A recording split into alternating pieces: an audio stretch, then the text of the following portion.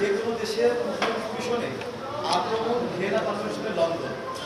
Vienna convention অনুযায়ী যে কোনো দেশের কূটনৈতিক মিশন ওই দেশের সার্বভৌম ভূখণ্ডের অংশ।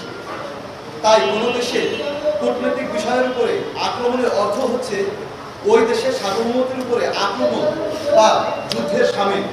আর স্বাগতিক দেশের দায়িত্ব হচ্ছে যে কোনো আক্রমণ বা হামলা থেকে ওই কূটনৈতিক মিশনকে রক্ষা করা। সেক্ষেত্রে কোনো ব্যর্থতার ক্ষেত্রে কোনো অজুহাতেই গ্রহণযোগ্য নয়। ইন্ডিয়ার আগরতলায় বাংলাদেশের উপ হাইকমিশনে উগ্রপন্থী হিন্দুত্ববাদীদের যে হামলার ঘটনা ঘটেছে তার দায়িত্ব কোনোভাবেই ইন্ডিয়া সরকার এড়িয়ে যেতে পারে না এবং তাদের এটা দায় নিতে হবে। এমনকি যুদ্ধ চলাকালে কূটনৈতিক মিশনের উপরে কোনো আক্রমণকে বৈধতা দেওয়া যায় না।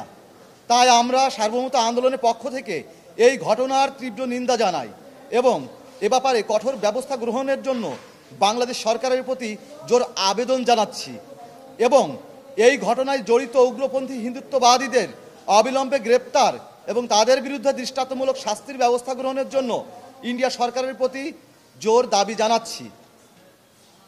আমরা ইন্ডিয়াকে মনে করিয়ে দিতে চাই সেই সুপ্রাচীন কাল গঙ্গা রিডির সময় থেকে বাংলা স্বাধীন ভূমি। এটা কোনো কালে ভারতের মূল ভূখণ্ডের কোনো অংশ ছিল না এবং যেসব শক্তি এই ভূখণ্ডকে দখল করতে এসেছে তারা পরাজিত হয়ে ফিরে গেছে।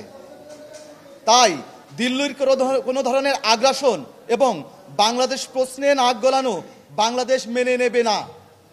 দেশ বাংলাদেশের মানুষদের জন্য নিরাপদ। ইন্ডিয়াকে আমরা হুঁশিয়ার করে দিতে চাই বাংলাদেশের বিষয়ে নিজেদের সীমাবদ্ধতা বজায় রাখুন। ইন্ডিয়া বরাবর তাদের দেশে সাম্প্রদায়িক সম্প্রীতি বজায় রাখতে ব্যর্থ। গুজরাটের গণহত্যার মূল নায়ক কসাই মোদির সরকার এখন ক্ষমতায়। রিগেল এম্পোরিয়াম হানিবার্ড অফারে জিতে নিতে পারেন ইন্দোনেশিয়ার বালিতে স্বপ্নের হানিমুন।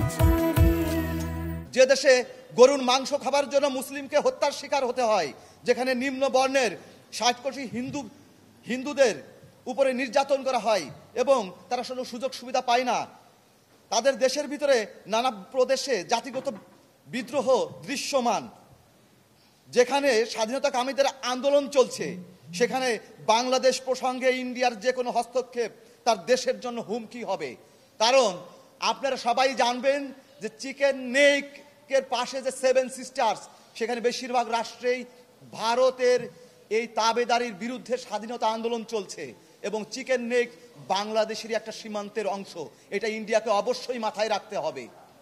এই সংকীর্ণ জায়গাটা আমাদের জাতিগত জায়গায় এবং আমাদের সার্বভৌমত্ব রক্ষার স্বার্থে 20 কোটি মানুষ মিলে আমরা ওদের যে সীমান্ত অবরোধের যে ঘোষণা, সেই ঘোষণার বিপরীতে দাঁড়াতে পারবো না, এইটা ভুলে গেলে চলবে না। আমরা দাঁড়িয়ে পড়তে পারি এবং আপনারা এটাও মাথায় রাখবেন, দক্ষিণ এশিয়ায় ভারতের কোনো বন্ধু নেই, তারা বন্ধু সৃষ্টি করতে পারেনি। আর যার কারণে আমরা যদি দাঁড়িয়ে যাই, পাশাপাশি দক্ষিণ এশিয়ার প্রত্যেকটা রাষ্ট্র দাঁড়িয়ে যাবে। ইন্ডিয়ার একজন মুখ্যমন্ত্রী হুমকি দিয়েছে তারা বাংলাদেশের বিরুদ্ধে হামলা করবে। এত বড় দুঃসাহস দেখাতে যাবেন না। বাংলাদেশে বর্তমান সরকার কোনো দেশের লেজুবৃত্তি করবে না, আর হাসিনার সময় এবং বর্তমান সময়কে এক করলেও চলবে না। বাংলাদেশে একটি বিপ্লবের মাধ্যমে, গণ অভ্যুত্থানের মাধ্যমে 2000 প্রাণ এবং 30,000-এর অধিক আহতের রক্তের বিনিময়ে যে সরকার প্রতিষ্ঠা হয়েছে এবং যে সময়টা প্রতিষ্ঠা হয়েছে, আমরা যে ভারতের দাবিদারির বাইরে এখন নিঃশ্বাস নিতে পারছি, গণমাধ্যম এখন প্রকাশ্য কথা বলতে পারছে, এটাই স্বাধীনতা। এবং বাংলাদেশের সামনের উন্নয়নের পথে আমরা একতাবদ্ধ আছি।